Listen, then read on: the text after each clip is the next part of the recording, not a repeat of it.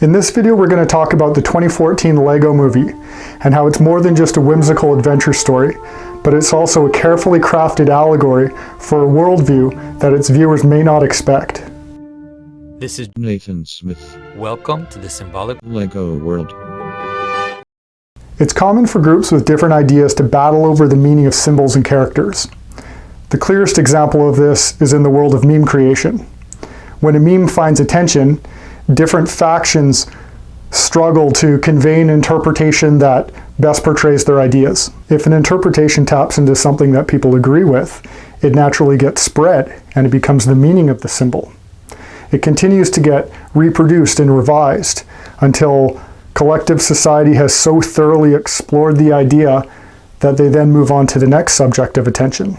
In some instances, an original artist may even lose control of their work and have it taken away from them and repurposed into something that they didn't intend or might even disagree with.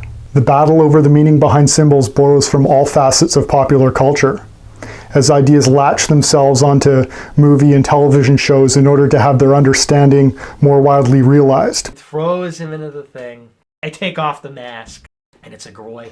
But sometimes it's the other way around. Sometimes a film will latch itself onto an even older idea or story. It may even attempt to reframe and repurpose the original story for its own motives, as it embeds and cements itself into the culture's understanding of a timeless story. And then it usurps its original meaning away from the ancient creator. There's no shortage of religious symbols that can be found all over popular culture from various different traditions. But some stories offer more than just a nod to a particular religion. The whole purpose of the story is to present a carefully crafted allegory that comprehensively contains an entire belief system. Handing out religious pamphlets or tracts traditionally used to serve this function. But in the modern world, what is a more effective method of proselytization than a blockbuster family-friendly movie? It's my belief that that's what the 2014 Lego Movie is. It's more than just an attempt to sell you more toys. It's an attempt to sell you on a worldview. It's a tract. And the question is, for which worldview? On its most basic surface level, the Lego story is about an ordinary Lego construction worker who is thought to be the special. He is recruited to join a quest to stop an evil tyrant from gluing the Lego universe into eternal stasis. But to go into the deeper meaning of the movie, we need to go back to one of the most ancient stories that the Lego Movie is mirroring, and we need to discuss how two different groups have interpreted that story completely differently. I feel like maybe I should touch that. So it's not my intention to discuss whether the Garden of Eden is meant to be taken as a historical literal story or a figurative symbolic story or some kind of combination somewhere in between or both simultaneously. What we're going to discuss is how a person interprets the story, who they see to be the heroes and the villains, and who they're sympathetic to.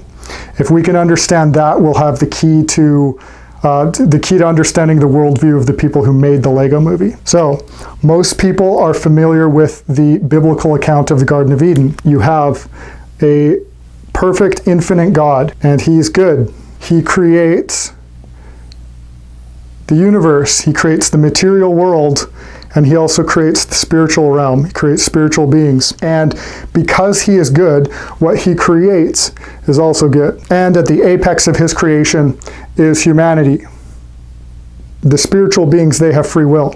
They can choose to accept their place as created beings of God, or they can reject and deny Him and His status of God. You know, a third of them, they choose to reject God, and they're just like constantly coping. They're constantly trying to convince themselves that like they're as good as God and they could be like Him if they wanted to, or that He's as bad as them. So in the Garden of Eden, mankind is given this choice to exercise their free will as well. Okay, that comes up in the idea of the forbidden fruit, the tree of the knowledge of good and evil. But humanity makes the wrong choice. Humanity decides to eat the apple, and this creates a separation between us and God. I guess it would be like this. So humanity is separated from God. They're separated from the source of life, and as a consequence of that, death enters the world, and everything in the material world is destined to decay and break down and one day die and be destroyed. And everything in the spiritual realm that falls on this side, because it's spiritual and it exists outside of time, when time ends, it will remain in this like perpetual state of destruction, if that makes sense. I think that's how it goes. So destruction, eternally, forever. And humanity has a foot in both of these. We're both physical, material beings while we're alive, but we also are spiritual beings that have this capacity for eternity. It's just not being like exercised right now while we're in the confines of time. Or is it? So eventually, when time ends, all of this falls into here, okay? That's pretty brutal.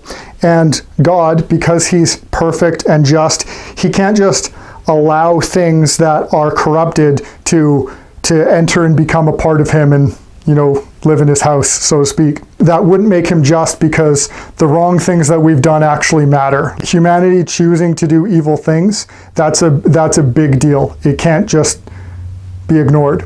But in addition to God being perfect in justice, he's also perfect in love and mercy. So what he does is he enters into the material world, lives as a man, lives this perfect life, and people aren't too crazy about that. They don't like being told that they're wrong, so they murder him. He was also getting really popular, and the people who were in charge weren't crazy about that. So he gets murdered, but because he is the source of all life, that's not such a big deal for him. Well, it really sucks for him because he does actually experience death, but he is able to overcome it. So he beats death, which was an uncomfortable thing for him, but it's really great for us. And he then goes back to heaven, goes back to the Father, and he tells everyone that if you give up like your selfish, self-interested life and you live how he said to live in the most sincere way that you are capable of, then when your material existence ends, instead of falling into destruction, you'll join him. And, he's like, he'll be fair. So if you've never heard this before, he'll judge you in accordance to what you know. I feel like I should add that was his plan intentionally. He didn't just come down to earth and accidentally get killed by people. He knew what would happen, and he chose to suffer that anyway, in order for us to have an opportunity to have what is wrong with us fixed. And regardless of whether a person agrees with this, or doesn't understand it, or thinks it's just completely foolish, either way, most people in the Western world have heard this explained to them in some form or another.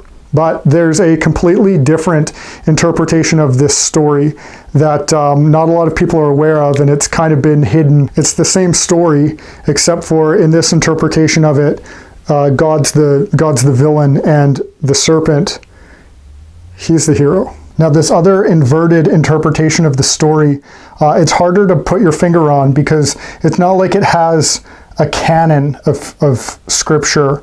The whole idea behind it, the whole point of it, is that a person becomes their own ultimate authoritative source. So, like, they have authors that they would respect that were historically significant to them, but that doesn't mean that they agree.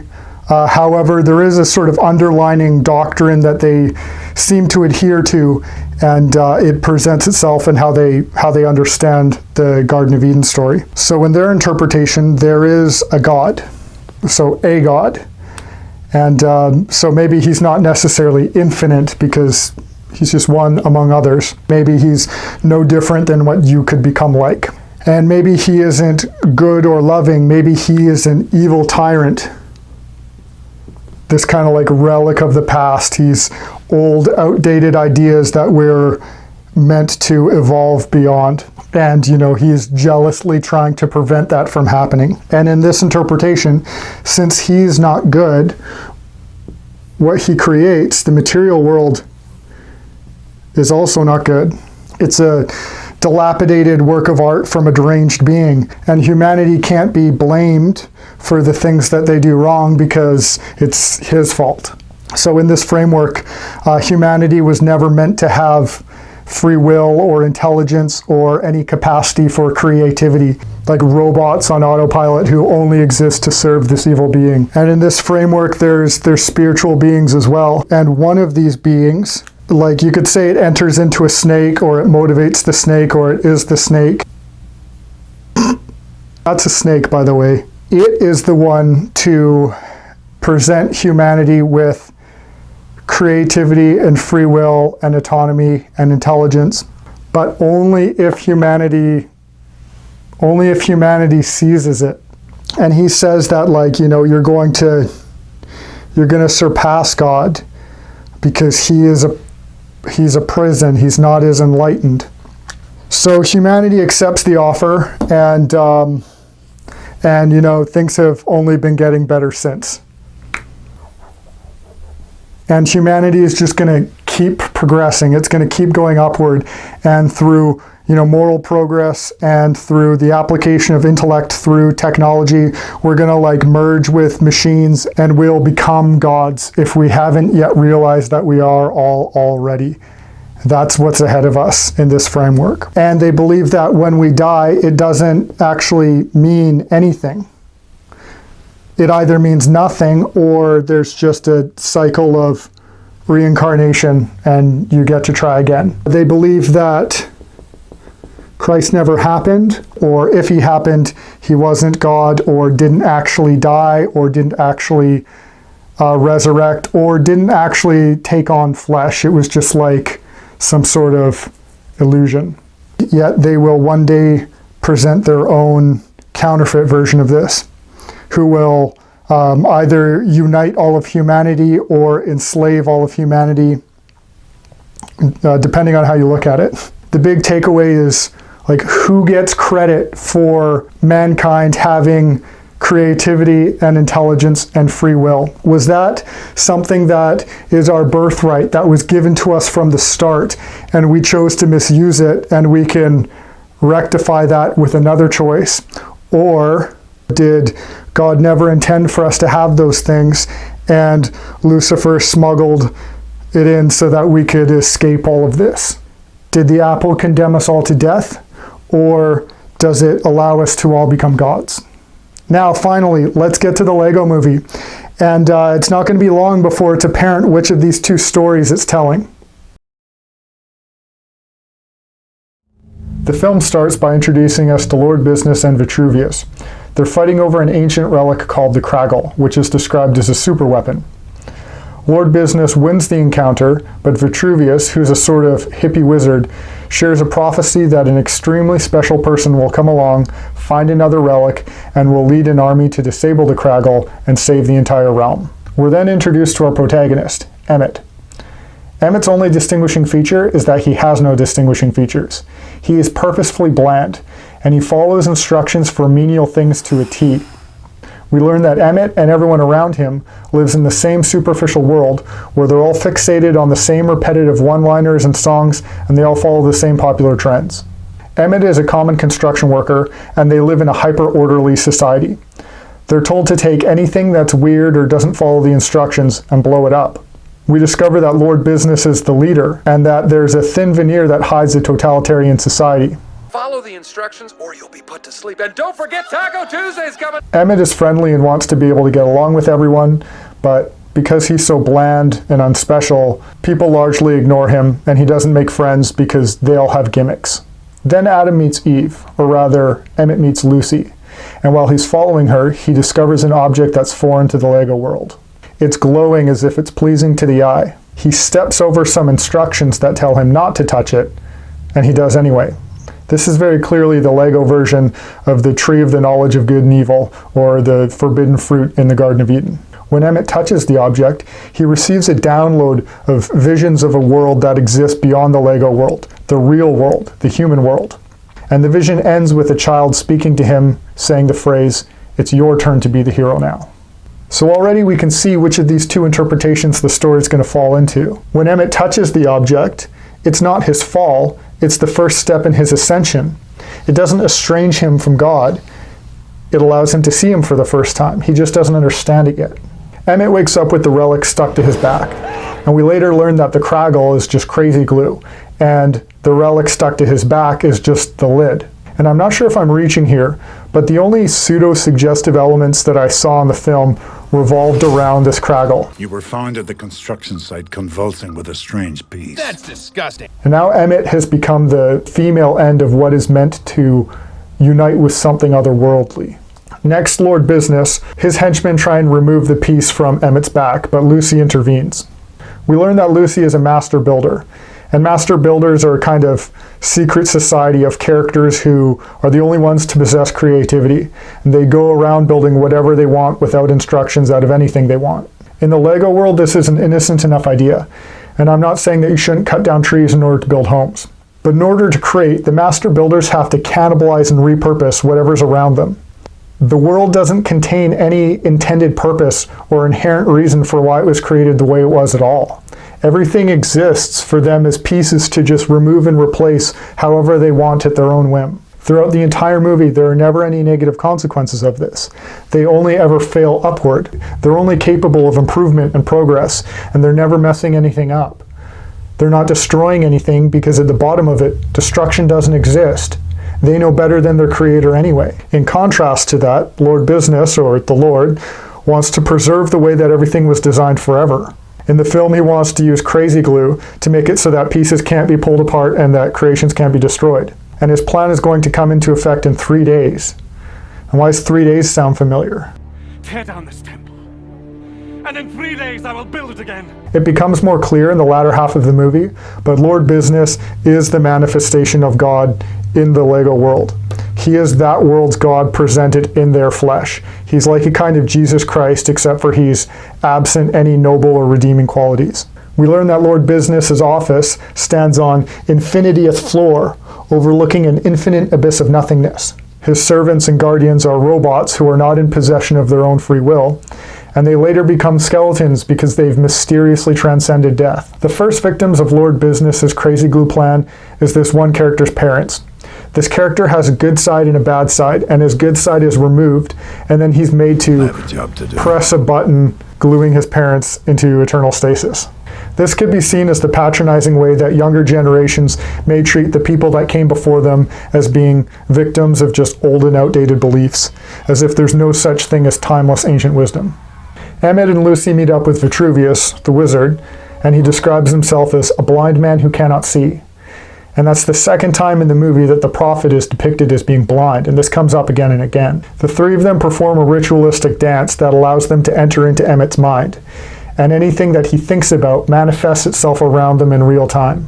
They begin to discuss the man upstairs, who is an actual human, not a Lego character. He's their owner and the designer of their world. He's their God, but God the Father of their world, as opposed to Lord Business, who is God the Son within their world. Emmett describes how the relic of the forbidden fruit allowed him to see the man upstairs, and rather than it alienating him from God, it allowed him to see God. And he isn't struck with awe and fear of his majesty.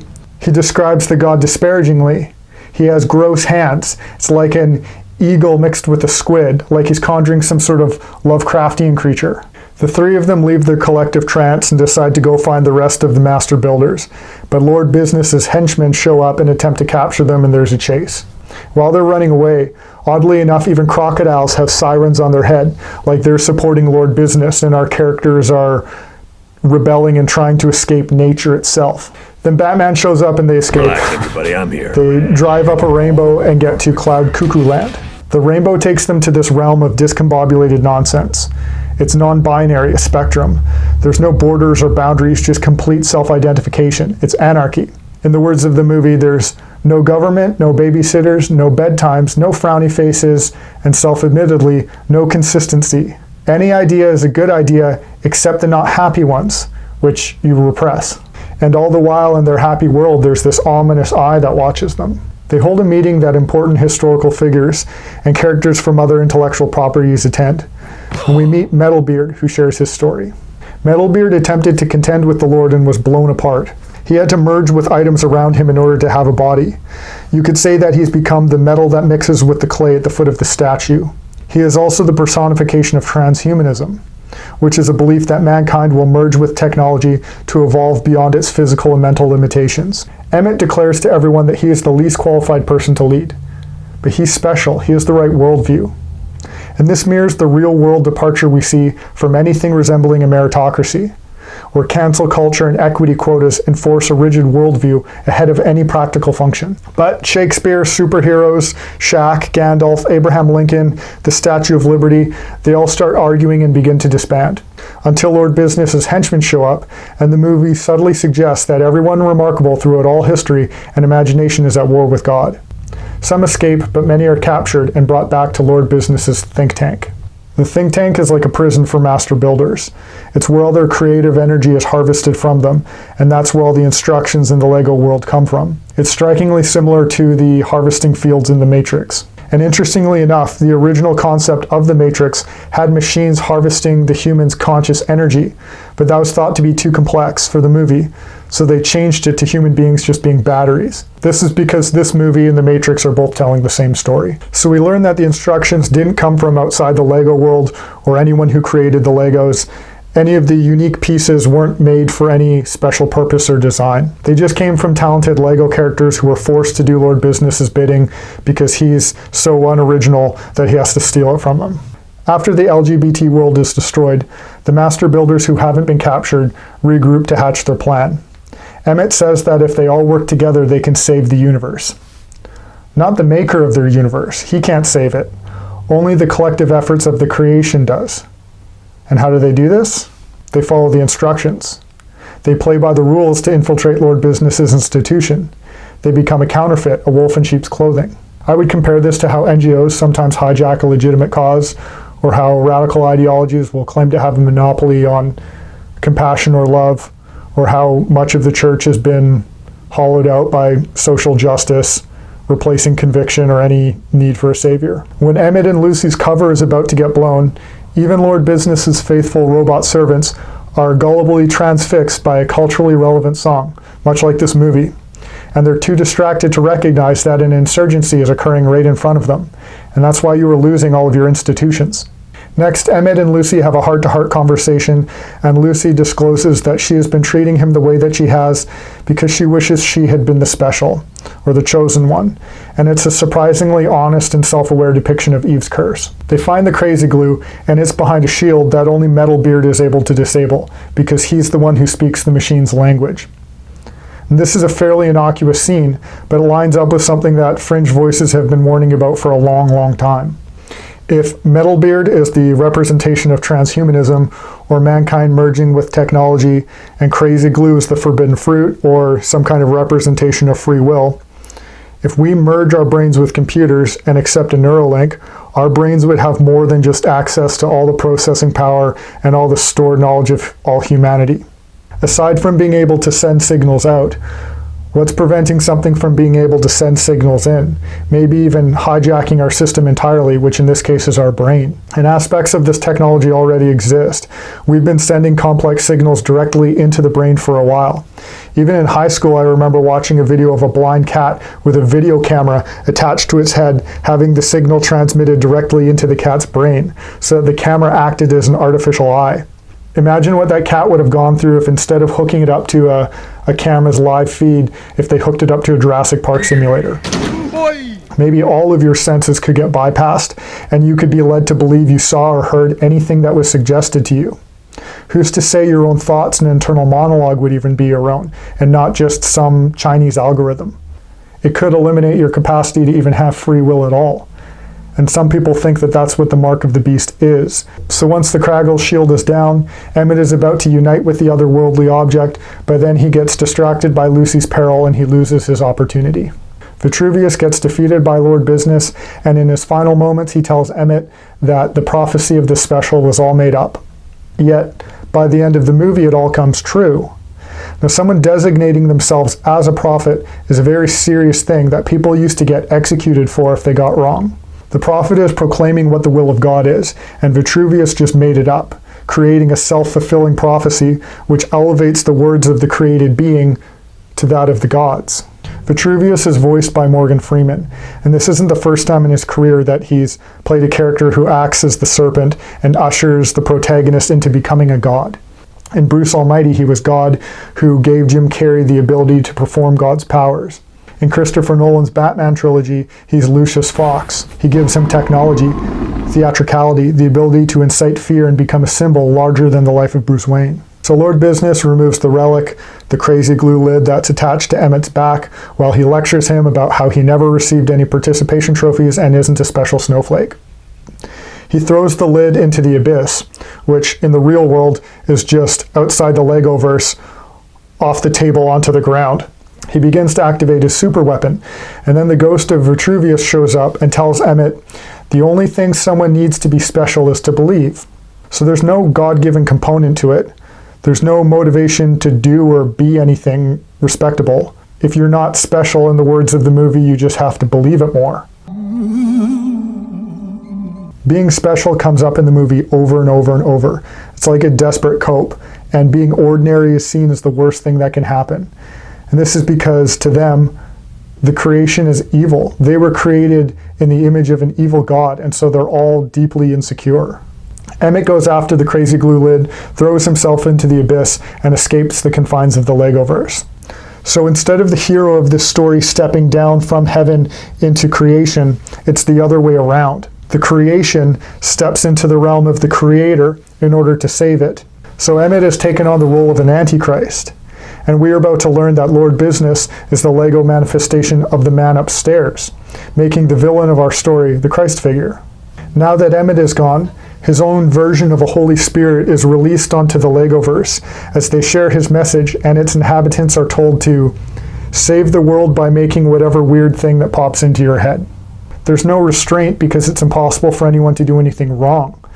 So everyone in the Lego world just starts breaking everything as they abandon the concept of design completely. We need to fight back against President Business's plans to freeze us!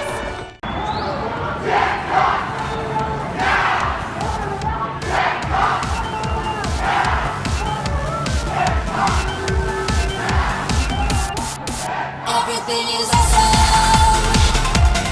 Everything is cool when you're part of the team. Everything is awesome. They decide the day is going to be called Freedom Friday, and appropriately it's the same day of the week that Christ was crucified. Even the character earlier in the film who had his good side removed by Lord Business comes back and becomes good again through his own effort. Next we go back to Emmett, who's falling through the abyss for what feels to him like forever. Except it isn't. He comes out on the other side and he escapes the Lego universe and becomes completely meta-aware. He's in the realm of humans. There's no hell for him, only the opportunity for him to be a god. He meets the man upstairs' son, who has been playing with his father's elaborate Lego showcase, and we learn that the son is the one who has been driving the narrative forward and causing everyone in the Legoverse to rebel against their intended design. The man upstairs arrives and begins to chastise his son for playing with his toys because he takes them very seriously and believes that they're only intended for adults to use. But the son knows better than his father and teaches him that they are in fact toys meant to be played with. And the scene is kind of sweet in that a father and son learn how to connect and have something in common, which of course makes perfect sense in the analogy of Lego. But we bought it at the toy store. We did, but the way I'm using it makes it an adult thing. The box for this one said ages 8 to 14. That's a suggestion. But again, think of what the movie is implying about our reality. There's multiple gods, and the one that came from the other knows better. He says to his father, "You can't expect me to resist playing with all of this," as if it's the father's fault. He has no culpability for his actions, and he believes that what happens to the creation isn't meant to be taken seriously. Our lives are just a game, we're toys, and whether our world is pulled apart and destroyed doesn't matter.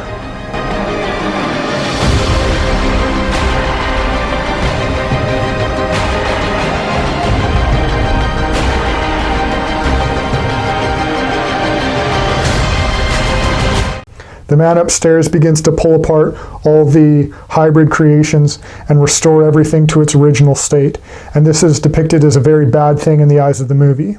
The man upstairs reinforces that Emmett isn't special, he's ordinary. And that's a bad thing because ordinary things aren't valuable. There's nothing inherently good about creation. Then when Emmett is placed on a table, without assistance from any human being, through sheer force of will, he is able to move in the real world. Not in the Legoverse. He becomes real. He is no longer just a toy. He's transcended his material plane and reached equality with the gods. Then Emmett returns to the Legoverse as a fully realized god. Then we get to the final confrontation between Emmett and Lord Business, between Antichrist and God, and the filmmakers reveal their greatest fantasy. God must redeem himself to Lucifer.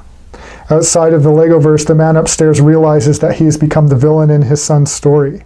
He receives his son's judgment and begins to play along with him.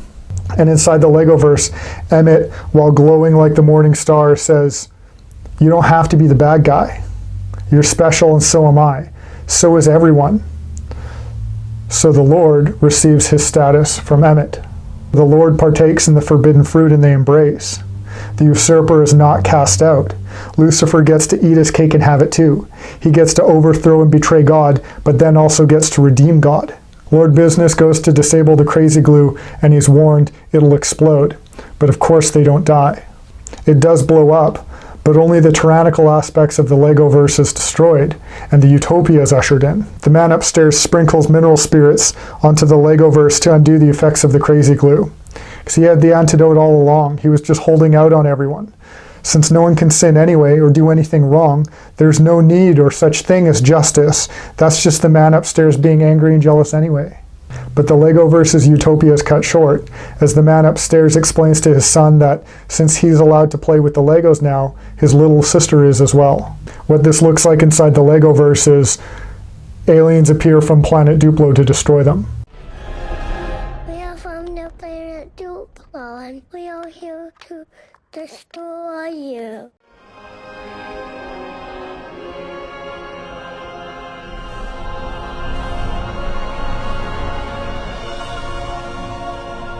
This is another scene that's pretty innocuous, but it's oddly as appropriate as when Metalbeard was the one who was able to disable the shield, giving the Master Builders the opportunity to tamper with free will. People on the fringes have been saying for a while that humans are advancing technology not only through our own efforts, but people are going through very extreme and elaborate efforts to be guided what to event by otherworldly spirits, so that those spirits can then manifest themselves into our world through technology. So take what you want from that scene. I have more I could say on that topic that I may get around to in a future video someday. But that's the Lego movie. That's it.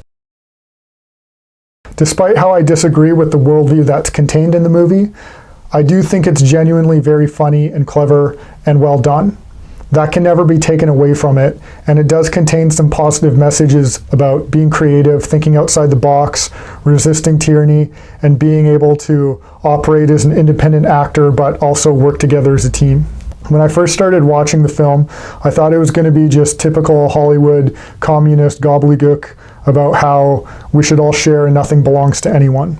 But while I continued watching it, I realized that it contained the most concentrated distillation of the Luciferian worldview that I'd ever observed, and it was so brazenly on the nose and in your face. When I rewatched it in depth to do this analysis, there were several times I had to get up and walk around just because of the weight of what they were suggesting. As much as the movie did make me laugh, it was also sincerely exhausting and demoralizing for me to do this. Thinking about it as much as I did felt like staring into the abyss, or like I was writing my own screwtape letters.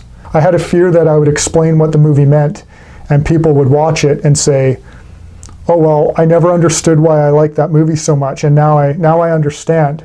And then they would become fully self-actualized Luciferians. And that certainly wasn't my intention. My reason for making this video has been to expose what the movie is. It's a powerful analogy in favor of one side's perspective, which I think is destructive. I don't think there's anything wrong with liking the movie, but I do think we should at least be aware of what it's saying. I worry that it isn't entirely fair to be embedding this kind of messaging into kids' movies, so that they're led along into believing these things without understanding where the ideas have come from. I also think many people aren't aware that we are all in a position where we have a choice to make, and so it's better that we make an informed choice. My hope is that explaining the movie and providing these contrasting worldviews has helped clarify this choice. Being that I disagree with the underlying worldview of the movie, there is a lot that I could be critical of, but where I think the analogy really falls apart is when it comes to the glue. The glue is inevitable. None of us will escape it. Every one of us will die. And the movie sets it up so that it's a bad thing that only happens in one direction, while destruction is depicted as being perfectly fine. But being set into something eternally doesn't need to be a punishment, and I don't mean that in a look on the bright side kind of way. You get to pick the direction of your life. It's one way or the other, and it really is that simple. When your physical life ends, your spiritual life will continue, and the soul that you became will continue to move in that direction outside of time forever. You will be locked into whatever bearing you've calibrated your life towards while you were here. That's the glue. It isn't something that God just arbitrarily does for his own insecurity. It's the cause and effect of universal moral law. It's the consequence of your own free will, and God can't be blamed for what you choose, because without free will, love wouldn't exist. And contrary to what the serpent says, we don't get to have it both ways. It's never too late to change your bearing and set your course, but be assured that we will all face judgment for what we choose, and that's either a terrifying thing or a celebration. If you want to evaluate my conclusions about the analogy for yourself, I would encourage you to reread the Garden of Eden story and watch the movie with the following character key in mind, and then tell me what you think. So thanks for making it this far. I hope I gave you guys something to consider, and find a way to contact me if you have any questions. So as usual, if you enjoyed this, like and subscribe, share it with everyone ever, and if you didn't, you can still do those things, just do it ironically. Have a good one, guys. Wait, please tell me you're joking. I'm not even going to try and explain that.